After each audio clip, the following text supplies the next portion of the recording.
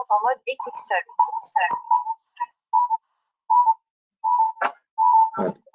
Très bien.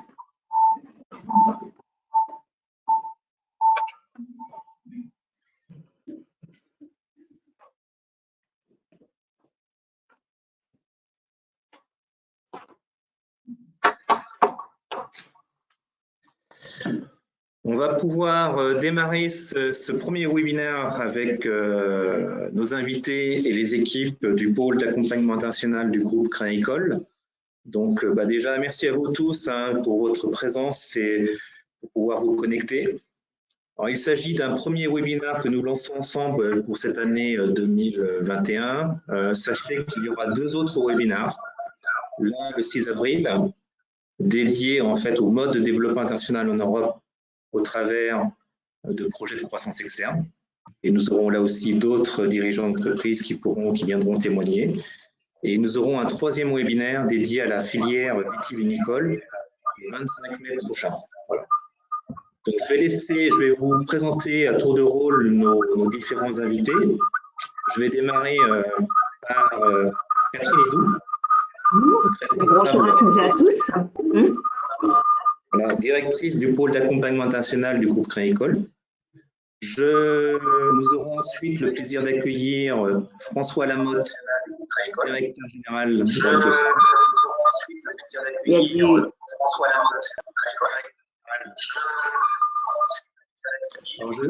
Je vous invite à mettre vos micros en mute pour ceux qui ne l'ont pas fait. Voilà. Merci à vous. Donc François Lamotte, directeur général d'Altios France, et puis qui va intervenir aux côtés de Gaël Sabag. Bonjour à tous. Qui est à mes côtés, qui est notre directeur associé de notre practice stratégie. Et puis nous aurons le plaisir aujourd'hui d'avoir le retour d'expérience de 2 dirigeants d'entreprise. Tout d'abord, Michel Fardot, président de l'entreprise Selec. Merci et bonjour à Michel. Et enfin, Géry Brussard, directeur du développement international de la société Gène Diffusion. Bonjour à tous. Et nous finirons ce webinaire par une intervention de Jean-Luc Estrade, directeur des partenariats du pôle d'accompagnement international du groupe Créa-École. Voilà. Donc, merci encore une fois à vous tous pour votre présence à ce webinaire organisé par le Créa-École et Altios. Je vais laisser la parole à Catherine Hédou qui va pouvoir aussi nous rappeler un peu comment le Créa-École peut intervenir pour vous soutenir dans vos projets de développement international au travers de sa présence en France, des différentes caisses régionales du groupe Créa-École et de son dispositif international.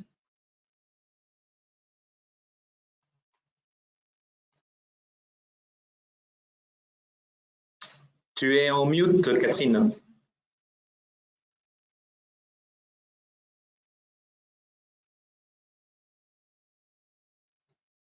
Catherine, on ne t'entend pas.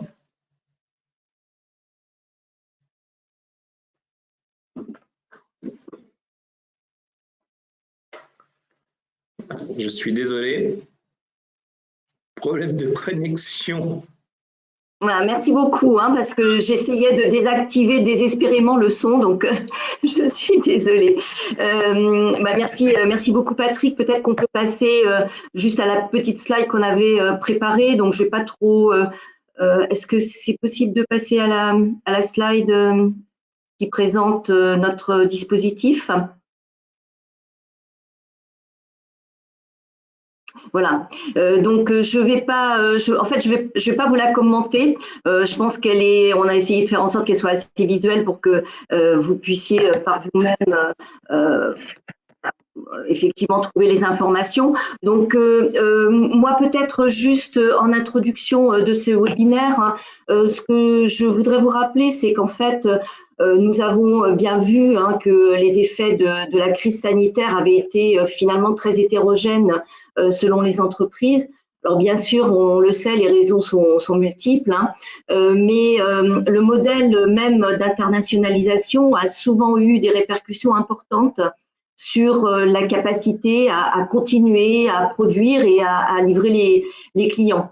Donc, on a pu le constater, les entreprises qui bénéficient d'équipes à l'étranger ont généralement plus facilement continué leur activité parce qu'elles ont pu combiner l'action des équipes locales avec tous les nouveaux outils de communication à distance.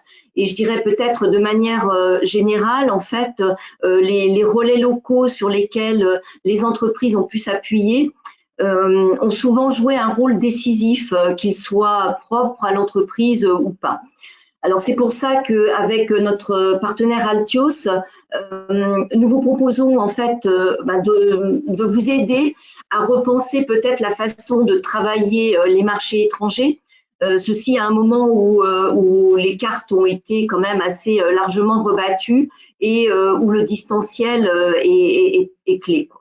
Donc, comme nous allons vous le présenter, notre objectif, c'est de mettre ensemble à votre service nos experts, qu'ils soient en région et nous les avons à proximité de vous, mais aussi à l'étranger, pour vous apporter donc non seulement des conseils de terrain, mais aussi pour mettre en œuvre de manière très opérationnelle toutes les solutions dont vous pourriez avoir besoin, avec bien sûr côté bancaire les financements et les services bancaires qui vont avec. Donc ceci encore une fois en France ou à l'étranger, dans une approche qui se veut 360 degrés et la plus sur mesure possible. Voilà, donc je remercie Michel Fardot et Géry Brussard qui ont accepté de partager aujourd'hui leur expérience avec nous, et puis je vous souhaite un très bon webinaire. Patrick, je te redonne la main. Merci beaucoup Catherine pour cette intervention. Je voudrais aussi rappeler à tous que vous avez sur le webinaire la fonction chat. Donc n'hésitez pas à interagir avec nos différents intervenants si vous avez des questions, qu'on puisse y répondre. C'est aussi l'objectif, hein, c'est qu'on puisse rendre cet exercice le plus opérationnel possible et que vous puissiez aussi partager, échanger avec nos invités. Pour poursuivre, je vais laisser la parole à un binôme composé de François Lamotte, notre directeur général France, et de Gaël Sabag, notre directeur associé de la practice stratégie internationale. Ensemble, ils vont aussi vous expliquer comment le contexte actuel interagit sur les stratégies, la remise à plat des stratégies et comment ensuite se projeter dans ce monde à la fois d'aujourd'hui et de demain. Merci à vous deux.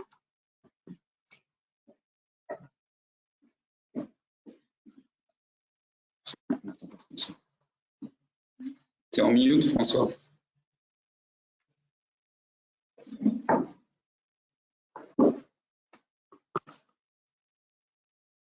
Excusez-moi.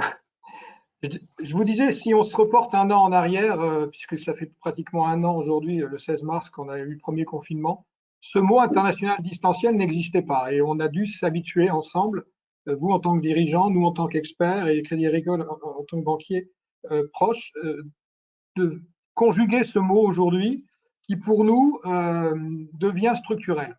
Et c'est un petit peu la première leçon qu'on voudrait partager avec vous, et n'hésitez pas à partager à travers le chat votre expérience de l'international distanciel. On en parle encore aujourd'hui, un an après, parce qu'il y a plus de 3 milliards de personnes dans le monde qui sont encore confinées, malgré l'arrivée des vaccins, dans près de 100 pays. Et donc cette réalité, c'est peut-être la première chose à dire ensemble, c'est qu'elle s'impose à nous, elle va engendrer une transformation structurelle qui va modifier durablement, en profondeur, la manière d'aborder et de gérer l'international à l'avenir. Et c'est pourquoi on parle de nouvelles donnes, selon nous. Et c'est intéressant de regarder les quelques études qui ont pu être faites auprès des dirigeants qui confirment en fait ce point. On voit bien qu'on est dans un changement de paradigme. On voit bien que les dirigeants ont déjà intégré à la fois dans leurs attitudes, dans leurs pratiques de l'international, cette nouvelle donne. Il y a 2 dirigeants sur 3 qui nous disent que même demain, si les voyages sont de nouveau ouverts, ils vont réduire leurs déplacements et qu'on aura un effet évidemment de réduction des déplacements même en période normale, que quasiment, et vous le vivez tous de façon, on va dire, contrainte, les 3/4 des salons ont été annulés et reportés aujourd'hui, et on voit se multiplier des salons virtuels avec des plateformes en ligne, de rendez-vous acheteurs, de démonstrations produits.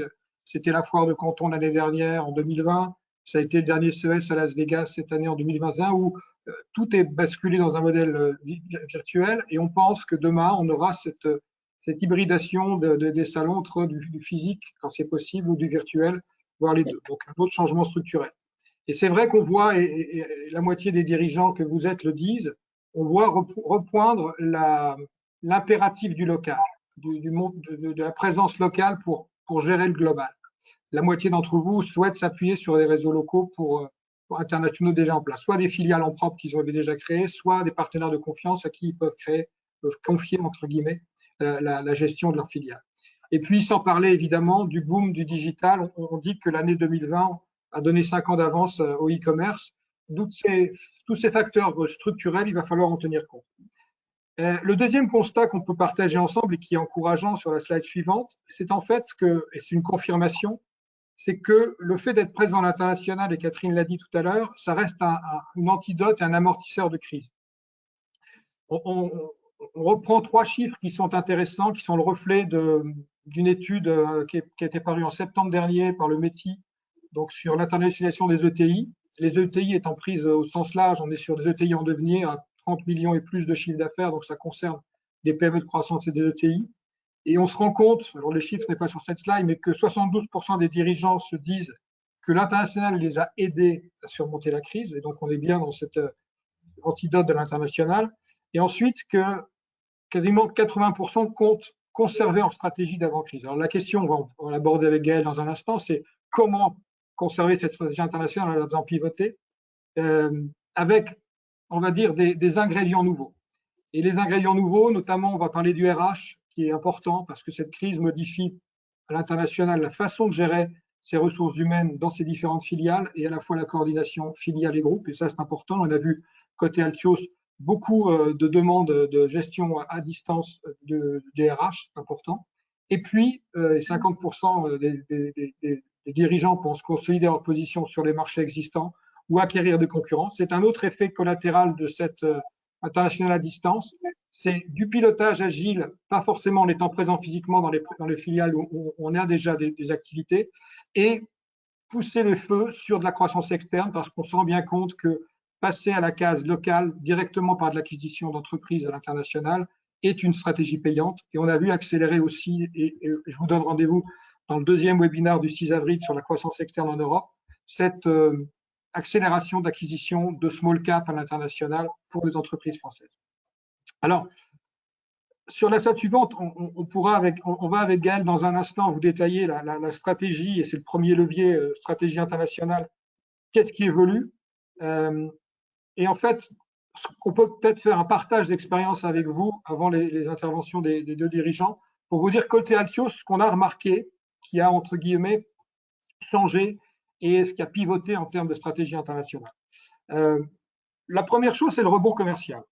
Nous avons eu beaucoup de missions locales, de prospection commerciale, de clients potentiels, de partenaires, agents, distributeurs, importateurs, via nos bureaux locaux, puisqu'on est présent dans 22 pays, qui se sont substitués quelque part à un directeur de zone ou un directeur international ou un directeur export qui ne pouvait plus se déplacer et qui nous a confié sa prospection commerciale à distance.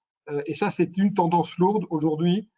Continuer à faire de la prospection à distance à travers des relais locaux de confiance qui parlent au nom de l'entreprise. Deuxième point, c'est, je le citais à l'instant, c'est la partie ressources humaines à l'international.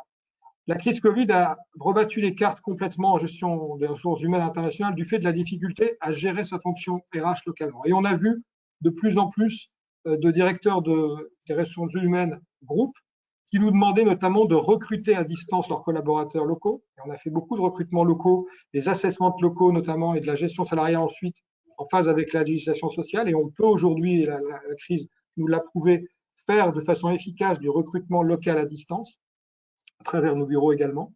Et puis, on a vu poindre également, on va dire, des besoins de solutions d'optimisation RH groupe pour des sociétés qui, avant la crise, avaient fait de la croissance à l'international de façon, on va dire, volontariste, sur plusieurs continents d'ailleurs, des sociétés qui sont présentes dans 10-15 pays sur des continents différents, avec des collaborateurs du fait de cette croissance à l'international qui sont présents, mais qui ont des statuts différents, parce que cette croissance est faite par strates successives, et des statuts qui peuvent être des statuts d'expatriés, des statuts de travailleurs détachés, des statuts de salariés locaux, des statuts de salariés en portage ou de freelance.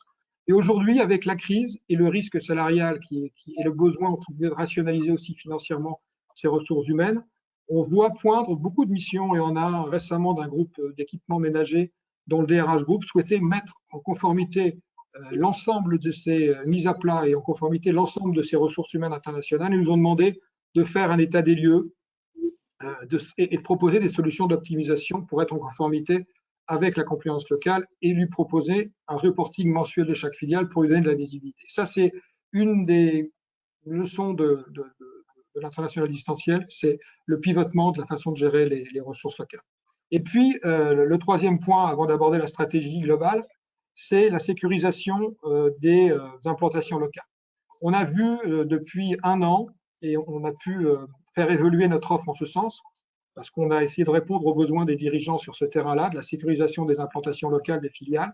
On a pu avoir de plus en plus de demandes de diagnostics locaux de filiales soit en difficulté, soit de filiales à restructurer, soit de filiales à redimensionner, à redynamiser. Je prends l'exemple, par exemple, d'une filiale d'une société française qui est une PME dans les tissus d'ameublement, qui avait aux États-Unis déjà une filiale avec 10 personnes, qui souhaitait en février 2020 ouvrir une boutique à New York.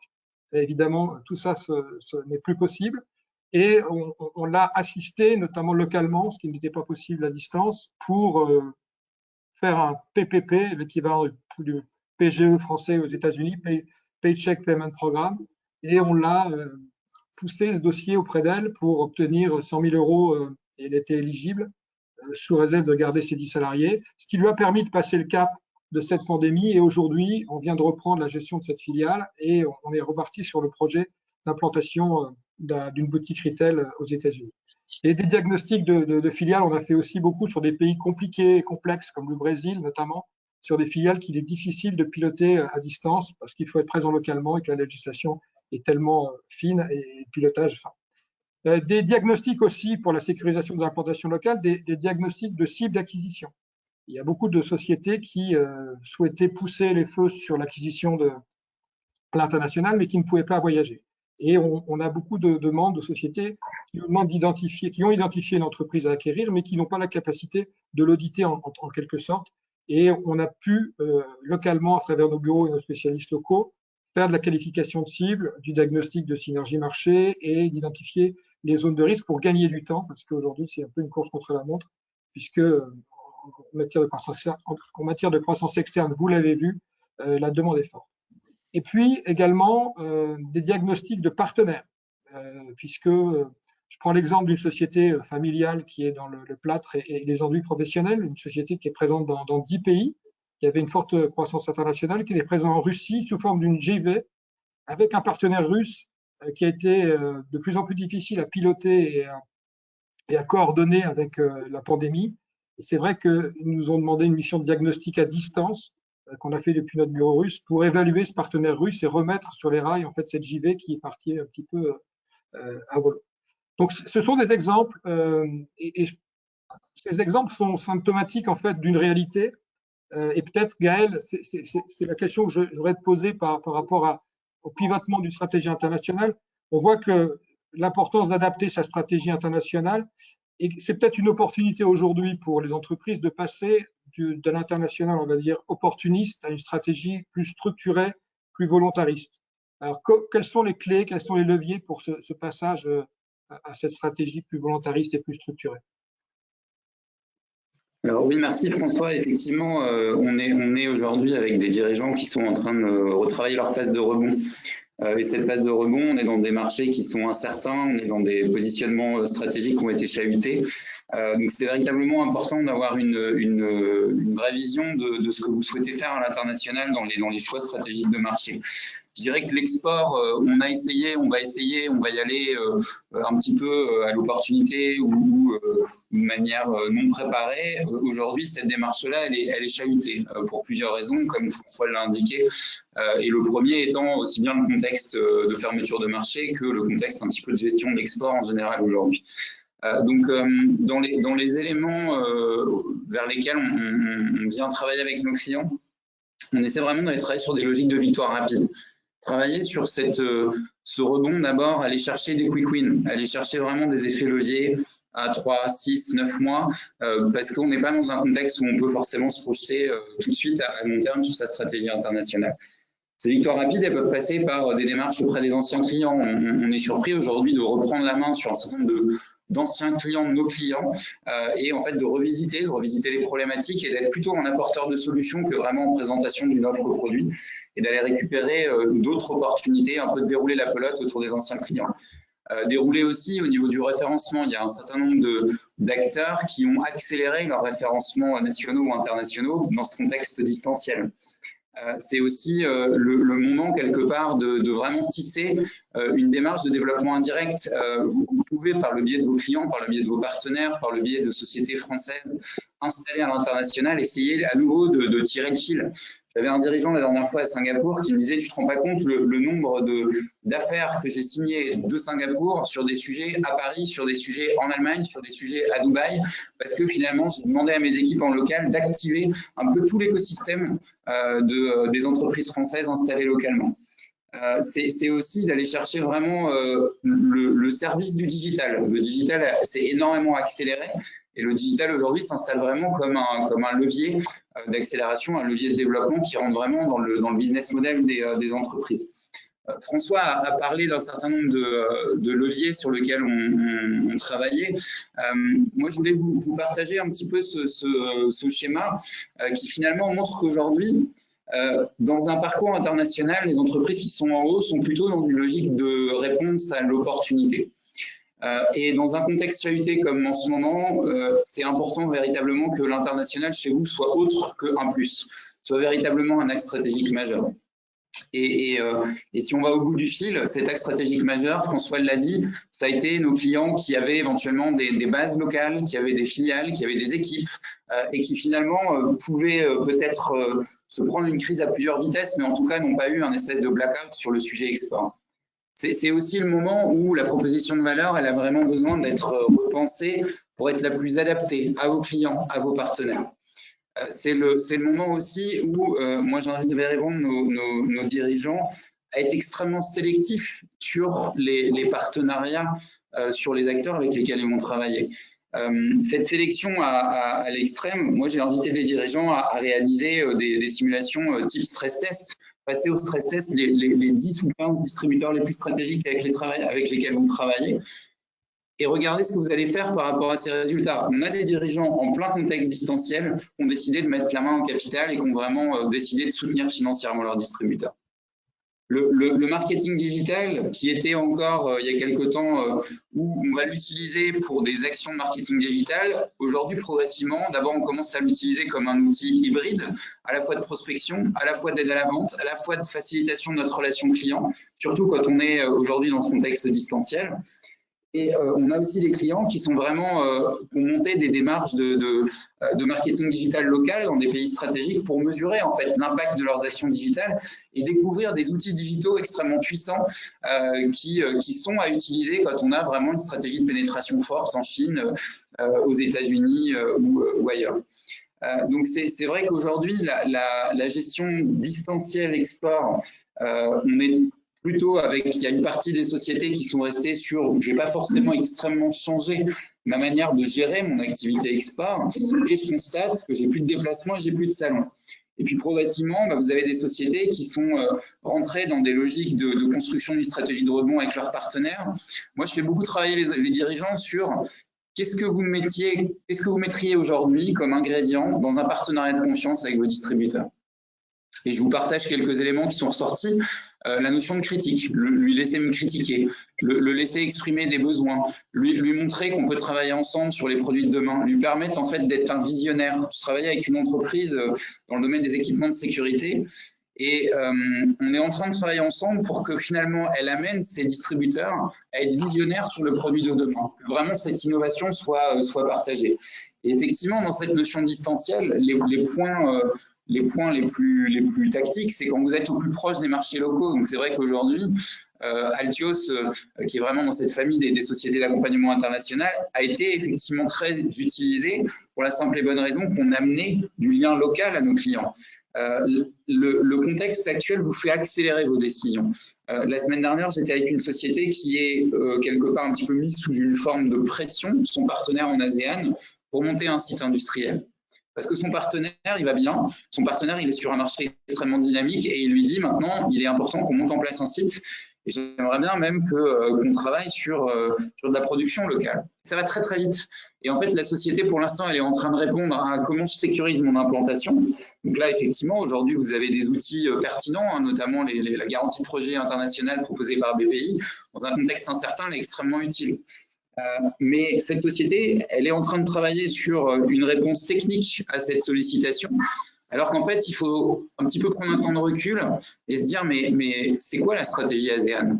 Est-ce que ce distributeur qui me demande de monter en puissance en ASEAN, est-ce qu'il est capé pour gérer ma production? Est-ce qu'il est capé pour gérer ma qualité? Est-ce qu'il est capé pour manager mes équipes? Et c'est là où finalement, ce contexte-là vous chahute parce qu'il vous fait accélérer un certain nombre de choses. Le digital s'installe vraiment. On voit quand même qu'il y a statistiquement près d'un tiers quand même des entreprises qui ont un peu mis en panne la démarche internationale. Et c'est pour ça que moi, mon conseil, c'est vraiment revisiter votre stratégie pour faire de l'international un axe stratégique fort, donner les moyens à vos équipes, essayer de quelque part accepter d'être un petit peu disruptif ou innovant, voire page blanche sur ce que vous allez ouvrir à l'international. Parce que typiquement aujourd'hui, ce contexte-là fait que potentiellement vos choix de marché ont bougé. Il y a des marchés des grands marchés, les marchés grand export qui vous ont un petit peu mis en situation de stress ces derniers temps. On voit qu'un certain nombre de dirigeants se replient vers des bases plus européennes. On voit aussi que c'est pas simplement l'activité export qui a été chahutée, c'est l'ensemble de votre chaîne de valeur. Moi, je discutais avec des dirigeants hier sur des problématiques d'appro en plastique, d'appro en acier. Tous les coûts ont monté, c'est-à-dire qu'aujourd'hui, le sujet achat, le sujet supply est un vrai sujet sur lequel le distanciel s'est aussi installé. Simplement, ce que l'on voit, c'est qu'il y a aussi des sociétés qui finalement soufflent un peu de cette présence export tout azimut, avec ces déplacements tout azimut. Votre enjeu va être de gérer ce dernier mètre relationnel, qui était un peu la poignée de main, où on va signer avec un distributeur, on va signer avec un client, on va se serrer la main et on va signer. Ça, aujourd'hui, c'est chahuté. Donc, c'est vraiment à vous de vous réinventer pour utiliser tous ces outils agiles, utiliser vos équipes et en même temps, vraiment vous assurer que dans ce nouveau mouvement, un peu ce New Deal qu'on est en train de voir venir sur le sujet du développement international, vous avez des équipes qui sont alertes sur le marketing, qui sont alertes sur le digital, qui peuvent incarner votre marque, qui peuvent demain commencer à travailler sur des outils de développement de lead generation et on ne leur parle pas chinois quand on leur parle de lead generation. Donc, c'est vraiment réussir à acculturer vos équipes, les embarquer et on voit quand même de belles opportunités. Ça va vite, donc vraiment surveiller aussi vos positionnements stratégiques sur les différents marchés pour profiter de ce contexte-là et pas le vivre comme un frein.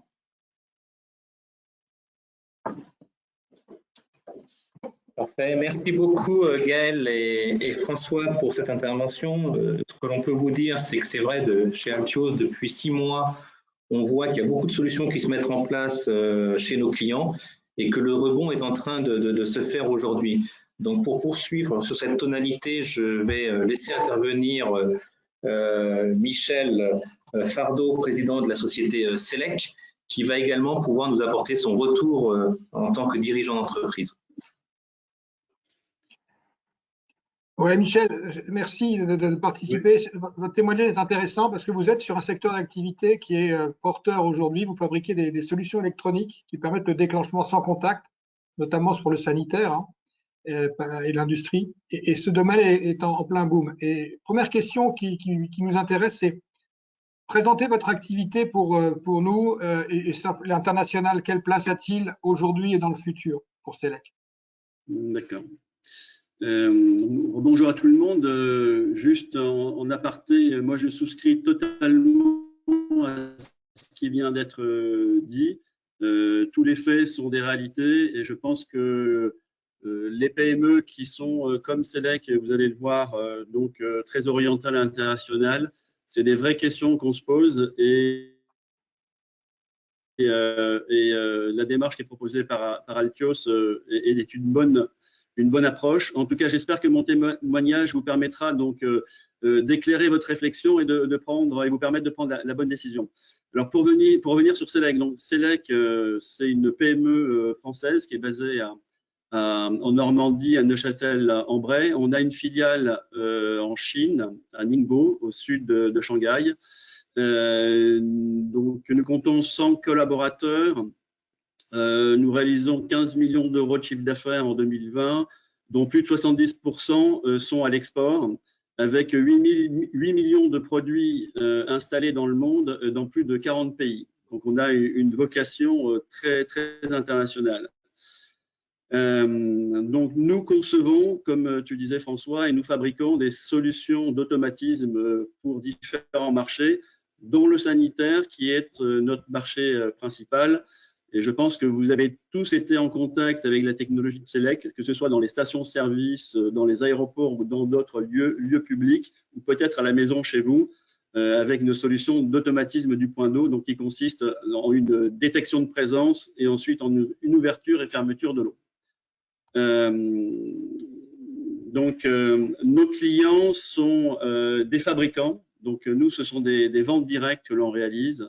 On ne passe pas via la grande distribution. Et nos solutions sont des solutions bien souvent spécifiques et nécessitent une collaboration étroite avec les équipes de R&D de nos clients. Donc, il est vrai que ce contexte-là de pandémie qui nous assigne à résidence, pour nous, est une situation handicapante.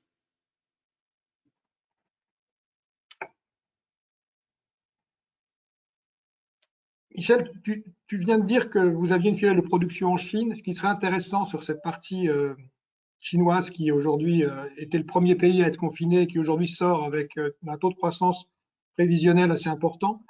Qu'est-ce que ça a changé pour vous, l'international distanciel, pour gérer cette filiale et cette usine en Chine? Comment vous êtes adapté à cette nouvelle donne localement avant de parler du marché américain?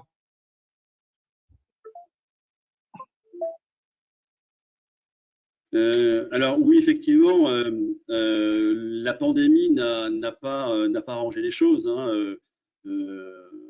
D'abord, c'est tombé juste après le Nouvel An chinois. Donc, notre entreprise a été à l'arrêt pendant un mois après donc le Nouvel An chinois. Et il a fallu redémarrer toute une activité économique, ne serait-ce que pour nous relancer les productions et puis pouvoir nous réapprovisionner en produits. Donc, ça a été une période assez difficile de flottement qui a été gérée au jour le jour et donc avec beaucoup d'incertitudes, on avait peu de visibilité et donc tout se traitait via le digital avec notre filiale.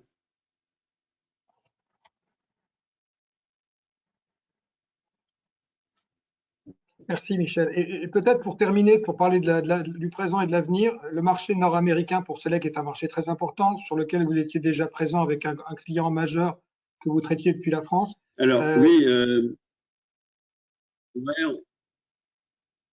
oui. Donc alors ce qu'il faut voir, on a une PME, donc notre force commerciale, c'est un commercial en Chine et 3 commerciaux qui sont basés en Normandie. Donc avec notre actionnaire UI Investissement, donc on a élaboré une stratégie ambitieuse de développement qui est basée à la fois sur de l'innovation et le développement de nouveaux produits pour répondre à un marché d'offres, mais aussi un développement à l'international, donc commercial, dans des zones stratégiques, dont les États-Unis. Donc pour nous, le marché américain, nord-américain, c'est un marché sur lequel on y est depuis longtemps. On fait 5 millions d'euros de chiffre d'affaires pour un marché qui compte 12 milliards de dollars avec un taux de croissance de 3 à 5%. Donc, il est légitime de penser que nous avons là des opportunités à saisir. Alors, le contexte, il est compliqué puisqu'il y a un contexte de pandémie et il y a eu aussi des élections aux États-Unis qui vont certainement redistribuer la donne. Il était impératif pour nous, pour mener efficacement et déployer efficacement cette stratégie, de comprendre tous ces enjeux. Donc, qu'est-ce que la pandémie va changer au niveau de la demande, au niveau du comportement des acteurs, et qu'est-ce que le politique va imposer en termes de réglementation? Est-ce que Buy America First sera un leitmotiv? Et donc, pour nous, on a besoin donc, de se faire accompagner pour comprendre ces problématiques-là.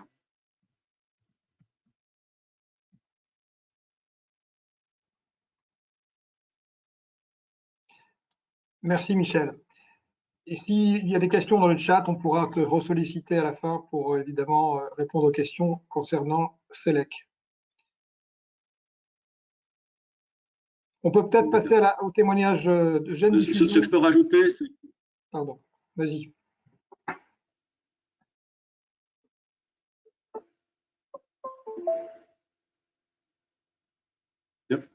Non, ce que je peux rajouter, juste, je pense qu'il y aura des questions là-dessus, c'est comment d'une problématique de stratégie finalement, hein, c'est ce qui a été évoqué aussi dans les propos précédents, on a été amené donc à travailler avec Altios.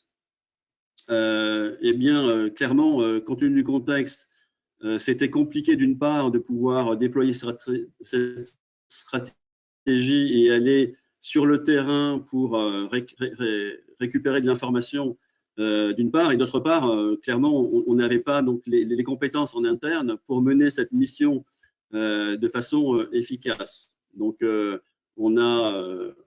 j'ai consulté différentes sociétés. Il se trouve qu'Altios a été celle qui a été la plus pertinente dans sa réponse. Et on pourra peut-être développer effectivement l'approche sur laquelle, la feuille de route que l'on a écrite ensemble et échanger sur le sujet.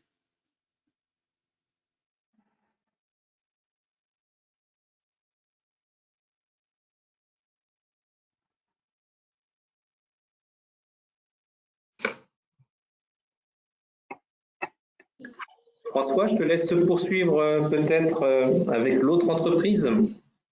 Oui, bienvenue à Géry Brussard. Et merci beaucoup, Michel, pour le témoignage sur l'international distanciel SELEC. Géry, on va passer à une autre activité complètement différente. Gène Diffusion, c'est une entreprise pionnière dans le secteur de la génétique et de la reproduction animale, une entreprise française coopérative, et donc vous êtes depuis 70 ans un partenaire incontournable de l'élevage en France. Et vous voulez nous expliquer aujourd'hui ce que représente l'international et le défi de l'international pour votre activité et pour Gène Diffusion sur les 5 ans à venir? Merci François. En fait, avant de démarrer la présentation de Gène Diffusion, comme Patrick tout à l'heure, en fait, je voulais juste partager un mot sur la diapo auquel je n'avais pas prêté attention avant de Gaël. Et c'est vrai que elle me semble extrêmement pertinente et reflète bien l'idée et l'approche qu'on a d'aller vers une approche construite du développement international. Alors, Gène Diffusion, voilà, c'est une structure coopérative, en quelques mots, pour la présenter, en fait, qui est créée depuis 1948, qui est présente en France, majoritairement, avec un chiffre d'affaires autour de 75 millions. Et si on élargit aux coopératives adhérentes au groupe, on est un peu plus de 150 millions sur le territoire français, avec des activités, donc 3 piliers d'activités que je vais décrire et 2 activités que je évoquerai moins, qui sont la reproduction équine et lapin, vu que ça concerne un peu moins l'activité internationale. Donc les 3 piliers en France et qui constituent également aussi nos axes de développement sur l'international, c'est d'abord la création génétique bovine, c'est-à-dire en fait sur des races Holstein, charolaises ou normande. En fait, il y a un travail de sélection et d'amélioration de la race qui est fait au service des éleveurs français. Et en fait, cette activité, aujourd'hui, moi, je m'occupe de tout ce qui est développement international. On dispose d'un réseau de 75 distributeurs dans plus d'une cinquantaine de pays. Donc, c'est de la distribution de semences bovines congelées. En fait, c'est une activité qui se gère en fait ce qu'on appelle en business ou distributeur, alors qu'en France, on est sur une approche plutôt de service direct au niveau des éleveurs. L'autre pilier d'activité concerne la génétique porcine. Alors, contrairement au bovin, on n'est pas dans la création génétique, mais on produit de la semence sur certains territoires, certains pays, dont la France, la Pologne, les États-Unis. Alors, c'est comme c'est une activité qui nécessite une logistique de proximité. La production de semences porcines ne fait pas comme le bovin l'objet d'activités export, mais c'est plus l'expertise de production qui nous a conduit à développer une activité dans le matériel d'insémination artificielle porcin. Et on dispose d'une filiale aux États-Unis qui s'appelle GenPro et dont on s'occupe de l'internationalisation, à la fois par un axe de développement par le biais d'implantation, comme au Brésil où on a une filiale commerciale, ou par le biais d'un développement de réseaux de distribution. Et enfin, un pilier en cours de développement qui concerne les biotechnologies avec GD Biotech, où là, effectivement, l'expertise et le savoir-faire développés historiquement par Gène Diffusion trouvent des applications nouvelles autour de la métagénomique ou les cartographies de microbiote. Et là, c'est plus un univers en fait environnement B2B. Et voilà, donc c'est plus une activité naissante et extrêmement passionnante car disruptive. L'activité commerciale export, globalement, on pèse un peu plus de 10% de notre chiffre d'affaires. Et si on y rajoute, ça dépasse encore plus, si on y rajoute nos filiales d'implantation, soit bovin comme pour l'Allemagne ou la Pologne, et l'activité GenPro pour la semence, pour la matériel d'insémination artificielle avec les États-Unis ou le Brésil. Voilà.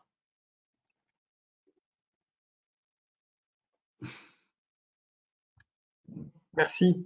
Et je vais peut-être faire un focus sur un flashback un an en arrière, puisque je crois que vous aviez un projet d'implantation sur le marché chinois, qui est le premier marché mondial pour la production de viande de porc, donc sur l'insémination porcine. Est-ce que vous pouvez nous expliquer comment vous vous êtes adapté à distance pour mener à bien ce projet malgré toutes ces contraintes depuis un an? Voilà, donc les réflexions stratégiques étaient déjà en place chez Gène Diffusion et le 5 janvier 2020, j'ai présenté à la direction en fait un projet d'implantation de filiales commerciales et sourcing basé à Wuhan. Voilà, donc j'étais ravi effectivement 15 jours après de découvrir que justement le virus et la catastrophe mondiale est partie de là-bas. Donc forcément la perturbation et le tremblement de terre qui s'en sont suivis au niveau global ont gelé beaucoup de nos démarches et ont rendu, ont gelé toute initiative. Le constat qu'on peut dresser en fait sur le développement de l'activité internationale et les conséquences et répercussions qu'on a depuis le mois de mars l'an dernier, en fait, c'est que globalement, bon an, mal an, on réussit malgré tout à préserver une relation avec les clients existants. Et effectivement, on essaye de les aider au mieux parce que beaucoup de pays, en fait, voient des conséquences économiques importantes à la pandémie sanitaire. Et autant, donc, d'un côté, on réussit à préserver les clientèles existantes, autant je vous fais part de mon agacement parce que voilà, l'Europe, les États-Unis, beaucoup de pays sont congelés dans nos problématiques et la Chine alors la Chine et l'Asie en général avec des mesures beaucoup plus drastiques, radicales et une capacité de contrôle, en fait, sont très vite retournés dans la normalité. Et voilà, et quelque part, j'ai un collègue chinois dans mes équipes, sauf que les règles de quarantaine rendent impossible tout déplacement. Et plutôt que de perdre du temps et de se dire mince, le monde change, s'accélère, ça bouge et ça bouge sans nous, en fait, c'est chercher des solutions pour essayer de voir comment ne pas prendre trop de retard par rapport à un marché porcin qui, lui, en fait, non seulement il y avait les organisations de la pandémie humaine, mais en plus, il y avait ce qu'on appelle l'African Swine Fever, donc la peste porcine, avait tout de même décimé 40% du cheptel. Et il y a une réorganisation qui est en train de se mener et les changements se passent maintenant dans la filière de production porcine chinoise. Et pour nous, voilà, c'est le train est en train de partir sans nous. Donc, dans mes différentes approches, en fait, bon, on rencontre les partenaires qu'on a traditionnellement, enfin, les structures de Team Business Export, Business France, qui nous accompagnent dans les salons. Et en fait, voilà, le souci, c'est que enfin, cette approche, pour moi, restait assez satellitaire ou globale des différents marchés. Et ce qu'il nous fallait, c'était être en mesure de valider une approche stratégique, voilà, sur un pays qui reste complexe. C'est-à-dire que en bovin, sur l'activité bovine, c'est mon premier marché export. Enfin, la Chine reste mon premier marché export. Sauf que c'est pas parce qu'on est bon en bovin sur la Chine qu'on est bon ou pertinent sur une approche d'un marché porcin en Chine. Donc, voilà, la réflexion m'a amené en fait, à essayer de trouver des partenaires pour mener à bien et faire avancer ce projet, qui est en fait un projet de réflexion sur une implantation commerciale de mes gammes de produits GenPro pour le matériel d'insémination artificielle porcin. On ne peut plus et on n'a plus les moyens aujourd'hui de se permettre, parce que le marché le rend impossible et puis parce que c'est une approche risquée, d'avoir une approche de développement international opportuniste. C'est pour ça qu'en fait, il faut à chaque fois être capable de valider les approches et de trouver un partenaire qui puisse nous aider à sortir à conduite opportuniste et de pouvoir bien valider les choix et le business model vers lequel on s'oriente pour réussir une implantation. Voilà. Merci Géry. Et je souligne que ce projet est rendu possible par à la fois le client du Crédit Agricole, donc par Altios, Crédit Agricole et Jeune Diffusion, et ça souligne aussi l'importance qu'accorde le Crédit Agricole au développement international de ses clients sur la filière agricole. Peut-être une dernière question, vous avez évoqué le sujet des salons agricoles, notamment internationaux, qui doivent fermer, ils sont annulés. Comment aujourd'hui vous jugez les choses pour l'avenir? Comment vous voyez un petit peu l'évolution de cette prospection commerciale sur vos marchés à travers cette activité salon qui, on l'a vu, est largement bousculée? Alors effectivement, le jeu de rôle entre le Crédit Agricole et Altios est assez bien, on va dire, huilé ou organisé. En fait, dans mes démarches et mes réflexions pour sélectionner un opérateur pour nous accompagner sur ce développement en Chine, en fait, j'ai fait un benchmark des différents acteurs en dehors de Team France. Il y a pas mal d'entreprises qui sont spécialisées et effectivement, j'ai senti du côté de ma direction une certaine pression de la banque qui disait oui, on fait une offre commune Altios, Crédit Agricole, ce serait vraiment bien. Écoutez, c'est super, mais voilà, moi j'ai expliqué à la direction que je faisais mon benchmark personnel et que voilà, j'avais des règles de choix. Et en fait, pour moi, les étapes étaient claires, savoir que d'abord, le projet, c'était mener une étude économique pour valider le business plan et le business model que j'avais imaginé. Après, c'est passer à une étape de go-no-go, de se faire accompagner dans un processus d'implantation, donc avec des administratives qui prennent plus de 6 mois, qui sont longues et complexes dans un environnement chinois. Et après, de se dire, voilà, on préfère avoir des équipes commerciales concentrées sur les missions, soit vente ou soit opérationnel sourcing, et se dire, voilà, plutôt que de recruter un comptable, j'ai l'opportunité d'avoir quelqu'un qui va parler le même langage que moi, anglais ou français, quoi, au cas échéant français, qui permet de gérer ma structure pour le côté administratif et comptable. Donc, que ce soit, alors voilà, c'est à peu près le plan. Et en fait, dans mon choix, en fait, au final, c'est Altios qui a remporté le morceau parce que les personnes avec qui j'ai échangé m'ont démontré leur capacité d'être capable de piloter l'ensemble du projet. Et je pense qu'on a quelque part un gain de temps plutôt que de répéter, voilà, j'ai travaillé une étude économique avec faire l'implantation avec quelqu'un d'autre, on gagne du temps dans la continuité et plutôt que de répéter à chaque fois les différentes démarches. Donc aujourd'hui, le projet pour nous est bien engagé. En fait, on a même un peu grillé les étapes. à savoir qu'on est aujourd'hui en phase d'études économiques et Altios exerce déjà pour nous une fonction de portage, c'est-à-dire qu'on a déjà trouvé ce qui sera la première collecte de notre filiale future GenProChine. Donc aujourd'hui, voilà, cette approche terrain et avec une équipe déportée me semble plus efficace. J'ai fait récemment un salon virtuel qui est Eurotir, qui était censé se tenir à Hanovre et dans lequel on voit beaucoup de prospects.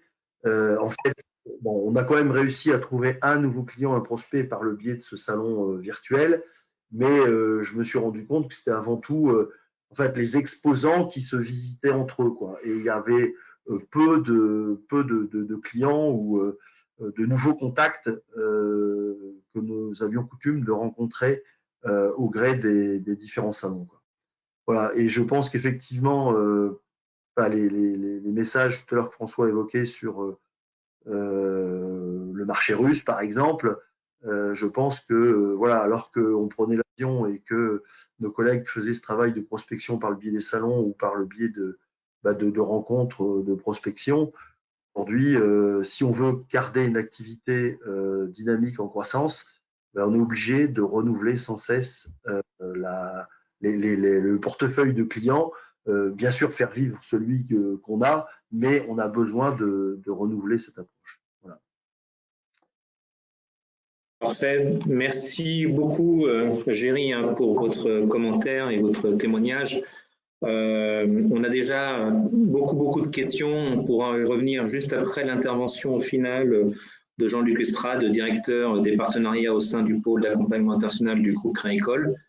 Jean-Luc, je te laisse poursuivre et puis on reviendra vers vous avec les questions de différentes personnes. Merci beaucoup.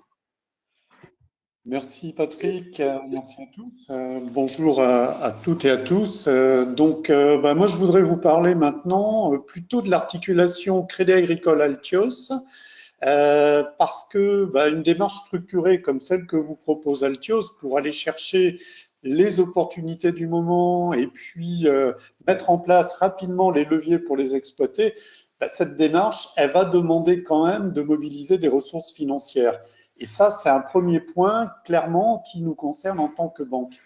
Je dirais que ce n'est pas tout, parce qu'on est assez convaincu au Crédit Agricole qu'on peut vous épauler pour vous donner un maximum de chances de réussite dans vos négociations commerciales.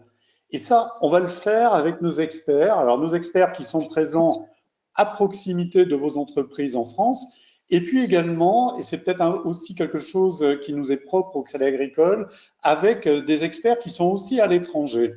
Et l'ensemble de ces experts bancaires, de fait, comme l'expliquait M. Broussard, ils vont travailler de manière très connectée, très crantée, en fait, avec ceux de Altios, justement. Alors, dans le contexte un peu particulier qu'on vit tous, ces experts qui vous sont dédiés, ils sont en mesure de vous conseiller et de vous fournir les solutions qui vont vous permettre d'être concurrentiels dans vos offres. Et c'est pas tout, parce que je dirais aussi, c'est en vous assurant derrière du soutien financier du Crédit Agricole. Et les deux vont de pair en réalité. Et ces experts, ils vont être là pour vous décrypter la situation actuelle des différents marchés et vous aider pour y opérer au mieux de vos intérêts. Mais je voudrais vraiment insister sur le fait que ce soit en France ou à l'étranger, nos experts bancaires interviennent et vraiment interagissent de manière très coordonnée avec les équipes d'Altios. Et c'est pour cette raison qu'on a souhaité vous dire deux mots de cette approche globale sur mesure qu'Altios et le Crédit Agricole, ensemble, sont en mesure de vous proposer. Alors, je vois que Patrick vient d'insérer un deuxième slide.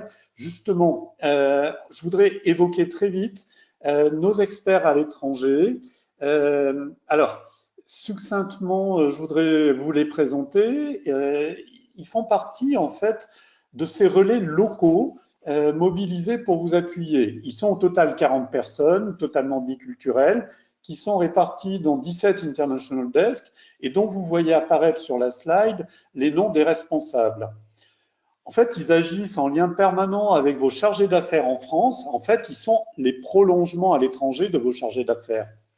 Et puis, ils sont plus particulièrement là pour vous apporter du conseil, de l'assistance et aussi des services bancaires locaux, ce qui est loin d'être neutre. Et puis, on l'a dit, ils travaillent également en lien étroit avec les antennes locales d'Altios qui sont également présentes dans les pays. Voilà, ben, je vous propose qu'on rentre dans le sujet maintenant et qu'on passe à la slide suivante pour voir un peu le détail de cette articulation que nous vous proposons. Alors pour ça, on va partir assez logiquement des approches que vous propose, des démarches que vous propose Altios, pour voir comment, dans ce repositionnement de votre internationalisation, on peut nous apporter notre contribution bancaire. Je dirais, dès la réflexion stratégique accompagnée par Altios, nous sommes en capacité de vous mettre à disposition une information, un conseil pour traiter cet environnement qui apparaît quand même de plus en plus risqué.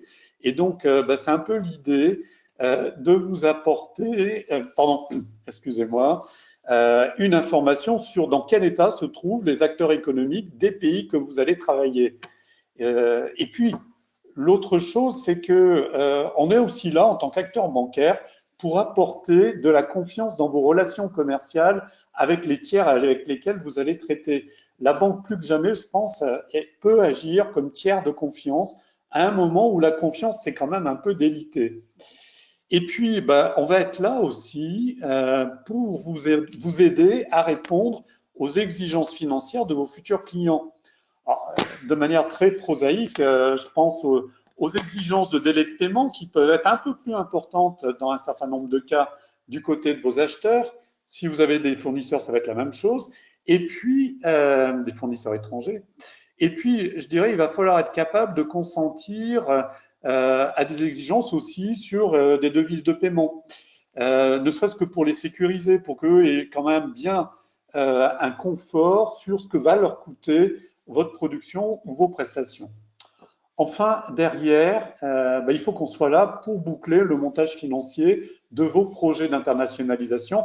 Et ça, on a vraiment envie de le faire en association avec Altios pour être là dès le départ, pour vous sécuriser dès le départ. Voilà, même si ça intervient en complément des aides publiques qui vont être disponibles. Alors, je vous propose qu'on passe à la slide suivante pour voir un petit peu, quand vous avez commencé votre activité, quelque part que les contrats ont été noués avec vos nouveaux clients, clairement, il va falloir passer à la phase de mise en œuvre. Et là-dessus, il va y avoir des besoins de trésorerie qui vont apparaître. Et je dirais que ce serait très bien qu'on arrive à anticiper tout cela, en parler ensemble avec vous, pour que nous, on vous mette en place les dispositifs de financement dont vous allez avoir besoin pour que vous-même, vous vous sentiez à l'aise avec vos clients, et en particulier s'il y a des délais de règlement. Et puis, on va mettre en place tout ce que je vous ai dit tout à l'heure, puisqu'on intervient comme tiers de confiance, ça va être très concrètement, si vous en avez besoin, des garanties bancaires de marché, ça peut être aussi la mise en place des crédits documentaires qui vont sécuriser aussi bien vous en tant qu'acheteur ou vendeur que vos contreparties étrangères. Et puis, pour terminer, parce que je ne veux pas prendre trop de temps, je voudrais passer à la dernière slide, celle où vous allez engager finalement une démarche de pénétration des marchés étrangers avec une présence physique qui généralement va consister en la création d'une filiale. Et puis de plus en plus, Gaël l'a rappelé tout à l'heure, ça peut être aussi de la croissance externe, de l'acquisition de sociétés locales.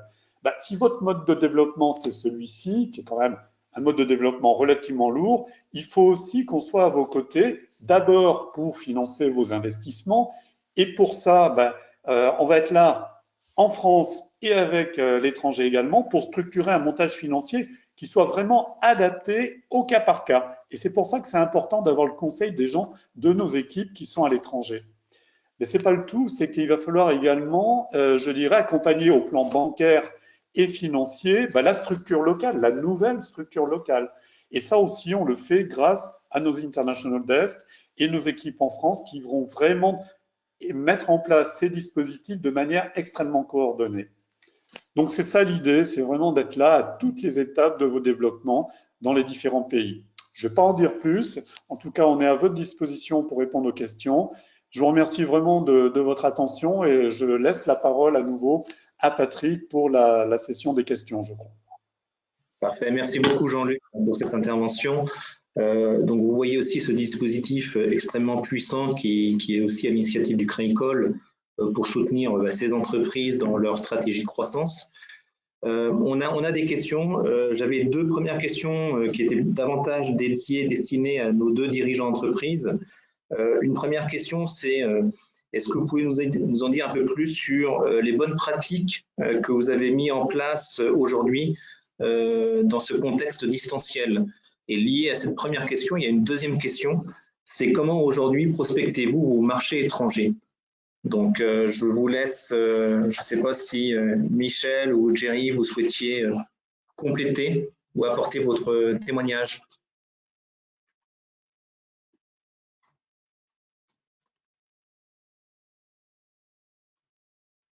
Oui, non, je veux bien répondre. Alors, je ne sais pas si je vais y répondre parfaitement, mais en tout cas, je peux expliciter la démarche que l'on a entreprise et le partenariat qu'on a mis en place avec Altios. Donc, pour soutenir cette stratégie, il était impératif pour nous, d'une part, de comprendre les changements du marché du sanitaire aux États-Unis. Deuxièmement, d'évaluer s'il y avait des opportunités pour SELEC. Et pour arriver à une décision qui est quelle stratégie commerciale on doit mettre en place. Est-ce qu'il faut qu'on mette en place une équipe commerciale aux États-Unis? Et si oui, comment? Et se poser la question si une implantation aux États-Unis est pertinente ou voire une croissance externe. Et pour ce faire, donc, ce que propose Altios, donc ça s'inscrit totalement dans cette problématique de réflexion que l'on a. Et la feuille de route que l'on a mis en place. Alors, excusez-moi, j'ai des problèmes de connexion. Et je veux revenir sur la feuille de route parce qu'elle est quand même intéressante. Donc, c'est une feuille de route qui est en 3 étapes. La première étape, c'est une étape d'immersion. Et ce qu'a proposé Altios me semblait absolument pertinent, c'est qu'Altios est venu donc à Neuchâtel-en-Bray nous voir. Et ça nous a permis de pouvoir expliquer en détail nos stratégies, montrer qui on était, ce que l'on faisait, comment on le faisait, pourquoi on le faisait et avec qui on le faisait. Et je pense que c'est une étape qui est primordiale. Ensuite, on a rencontré l'équipe aux États-Unis, d'accord, où il y a eu un long échange et la mission a pu complètement donc démarrer avec une deuxième étape qui est l'étape donc marché, donc analyse du marché, et aussi cet aspect de prospection, c'est d'aller vraiment au contact des clients et des prospects pour confirmer ou aller chercher de l'information sur le marché. Et donc ça, le résultat pour l'instant, on est en cours du process, hein, c'est une mission qui va durer 4 mois. Donc là, on a l'étape 2. Et donc on a un point cet après-midi d'ailleurs avec Altios, un point d'avancement cet après-midi. Et aujourd'hui, on a déjà identifié 50 cibles potentielles pour SELEC, donc qui nous ramènent de l'information pour construire, confirmer effectivement les opportunités de business et donc la suite des décisions stratégiques qui vont venir derrière et qui sera l'étape 3 de la mission. Merci beaucoup, Michel. Peut-être, Géry, si vous avez des conseils, et puis je pense que ce qui intéresse aussi les dirigeants qui sont présents aujourd'hui avec nous, c'est concrètement comment est-ce que vous prospectez depuis la France vos marchés étrangers. On avait Michel qui nous indiquait qu'il s'appuyait sur des partenaires locaux. Est-ce que vous utilisez, au quotidien, comment vos équipes aujourd'hui interviennent? En fait, au titre des bonnes pratiques pour prospecter, l'exercice n'est pas simple. Je vous dis, aujourd'hui, on a la chance d'avoir un réseau de distributeurs qui assure la promotion de nos produits et qui donc assure la continuité de nos activités, que ce soit sur le bovin ou sur l'activité porcine. Voilà, on s'efforce vraiment de soutenir avec tous les moyens distanciels ou support technique et visio, webinaire, voilà, tout ce qui est possible de faire pour aider à la résolution de problèmes et à la vente de nos produits sur chacun des pays. Par contre, pour ce qui concerne la prospection, voilà, aujourd'hui, les salons sont pas ou peu efficaces pour moi. Donc, la prospection, c'est du relationnel personnel ou historique sur des contacts ou de la prospection sur des nouveaux pays pour ouvrir de nouveaux comptes. Mais c'est aussi, voilà, il y a des pays pour lesquels ça reste très compliqué. Et voilà, j'ai cette mission aujourd'hui qui est démarrée avec Altios sur la Chine. Et je me pose clairement la question d'utiliser d'autres antennes sur d'autres pays pour les pays pour lesquels c'est extrêmement difficile d'identifier un partenaire fiable. Et voilà, l'expérience historique de la coopérative sur ces dernières années, en fait, de ne bénéficier que d'une croissance opportuniste, vous avez de fortes chances de parier sur le mauvais cheval.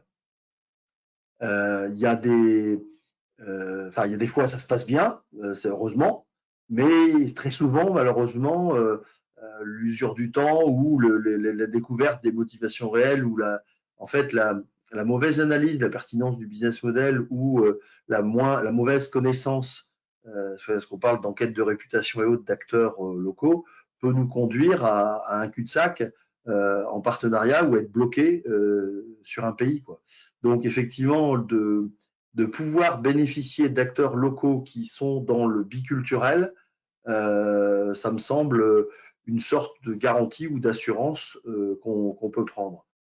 Aujourd'hui, effectivement, on a brièvement abordé le sujet, mais voilà, nous, la décision stratégique est partie. On a lancé les dépenses, les investissements pour nous avec Altios, mais en parallèle, on a monté un projet BPI et après avoir lancé le projet, donc il y a 15 jours, on vient d'obtenir en fait notre assurance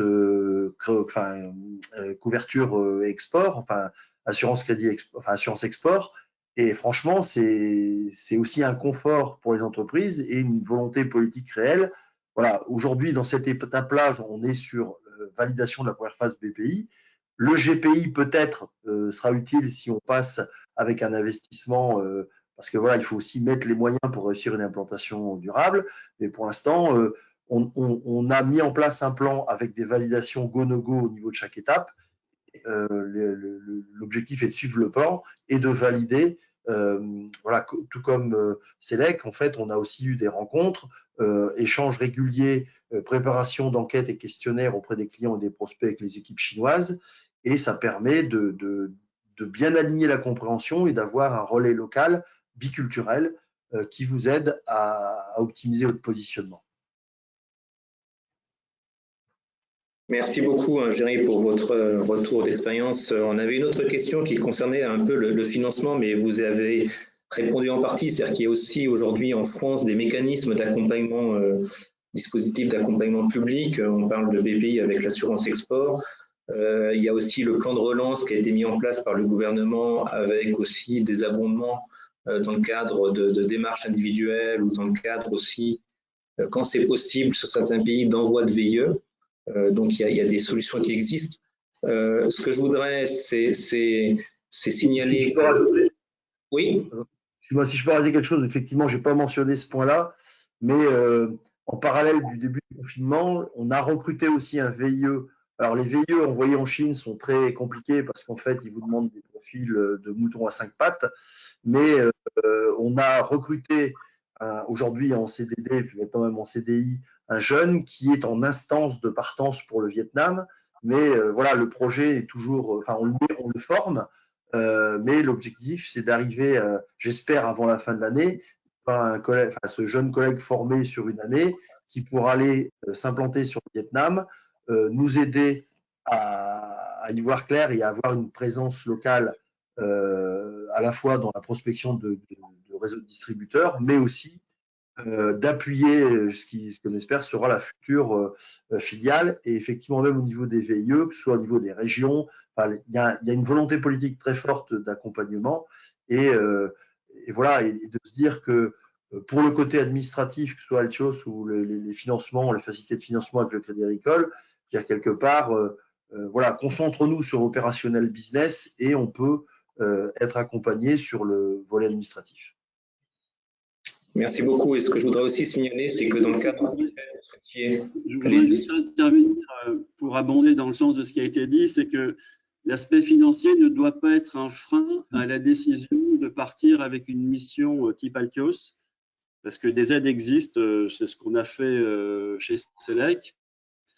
Et donc, voilà, donc il y a moyen d'avoir des aides étatiques via aussi peut-être certainement le crédit agricole dans une deuxième phase, mais l'aspect financier ne doit pas être un frein et ça, j'y tiens dans ceux qui ont aujourd'hui engagé une réflexion à ce sujet-là. Oui, si je peux me permettre, Jean-Luc Estrade, juste de confirmer effectivement ce qui vient d'être dit. Nous sommes tout à fait en capacité, côté Crédit Agricole, à compléter le dispositif public et à vous offrir des solutions qui vous accompagneront financièrement sur le moyen terme et vraiment au cas par cas en fonction du projet que vous allez développer avec Altios. Et ça, vraiment, que ce soit depuis la France ou à l'étranger, si vous avez des besoins à l'étranger. On a ce savoir-faire, cette ingénierie du financement, justement, pour vous épauler là-dessus. Et je voudrais aussi signaler que pour nous, le financement, la capacité à se doter des financements nécessaires est un levier d'accélération et qui permet aussi à un projet d'avoir beaucoup plus de moyens et d'ambition dans sa stratégie de rebond. Et l'autre sujet, c'est que vous avez aussi beaucoup de régions en France, au-delà des dispositifs nationaux, mais beaucoup de régions aussi qui sont en capacité de vous accompagner avec des aides spécifiques pour tout ce qui est soutien et développement international. On va arriver à la fin de notre webinaire. Par rapport à cette période que l'on vit et qui s'est ouverte il y a un an aujourd'hui, je pense qu'on est tous d'accord, il y a des mécanismes, des solutions qui existent. Les deux témoignages qu'on a eus des deux entreprises, et merci encore à vous, viennent le témoigner. On est plutôt aujourd'hui dans des stratégies de rebond. Et je voudrais aussi rajouter, c'est que Altios, avec ses équipes, notamment stratégie, sont à votre disposition pour pouvoir, avec des approches très, très fines, vous aider à définir des potentiels, des stratégies sur tel ou tel marché. Donc là, on est sur les approches plutôt format scan sur 3, 4, 5 jours d'intervention, mais qui vont vous permettre d'avoir une lecture aujourd'hui sur la manière dont ont pu évoluer certains marchés cibles et de pouvoir aussi vous aider dans des formats d'implantation de distribution sur place. Donc, merci aux équipes du Crédicole, tout particulièrement à Catherine Hidou, directrice du pôle d'accompagnement international, et à Jean-Luc Estrade, directeur des partenariats. Merci à nos deux dirigeants donc de l'entreprise Selec, Michel et Géry de Gênes Diffusion. Et puis, merci à nos équipes en France, François Lamotte et Gaël Sabaï. On vous souhaite une très bonne journée et je vous donne rendez-vous pour notre prochain webinaire le 6 avril prochain. Le 6 avril, oui. Très bien. Dédié aux projets de croissance externe et qui sont une des clés, comme on l'a vu aujourd'hui, qui permettent à une entreprise de se localiser et d'accélérer son développement. Merci à tous et à très vite et au plaisir de vous accompagner. Merci à vous tous. Au revoir. À très bientôt. Merci, au revoir. Au revoir. C'est